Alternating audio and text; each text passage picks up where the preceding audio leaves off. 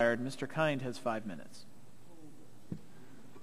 If I've got a little bit of remaining time, Bill, I'll yield you my remaining. But Mr. Bartlett, just so I am clear, in my reading of the legislation before us today would not affect women who are receiving health care coverage under an employer-sponsored health plan. Is that correct? That's correct, sir. So they would still enjoy the tax exclusion that they now receive as long as it's being derived from the income exclusion from an employer-provided plan is unamended by the legislation before you. Okay. And I, too, as some of the previous members have been raising, have concerns about the enforcement of this. And in a situation where you might have had some rape on campus and that woman, for a variety of reasons, decides not to pursue prosecution or not even to report it, how then would that be verified as far as a medical procedure in the context of this legislation? Well, Mr. Khan, I'm not going to be able to give you a complete answer. Let me just step back and all remember that in that circumstance, if there were to be a distribution from an FSA or if this were to be claimed as part of an itemized deduction, the first responsibility is for honest reporting by the taxpayer, and there's not any designation on the return that says I'm making a special claim because of this situation. So we respect the we start off respecting the honesty of taxpayers.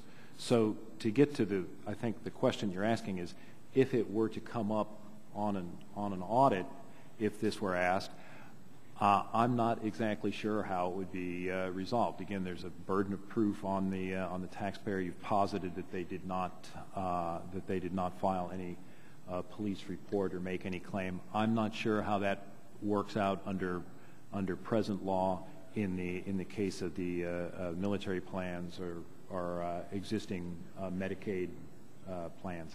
Well, Mr. Barth, follow the same procedure. One of my fears of what's before us today is it could lead to some very perverse, unintended consequences, almost encouraging low-income women that would have this benefit denied from them to file false claims of rape, whether it's against a boyfriend, whether it's against an acquaintance, perhaps even a husband, in order to avoid, the consequences that this legislation would, the financial consequences that this legislation would bring.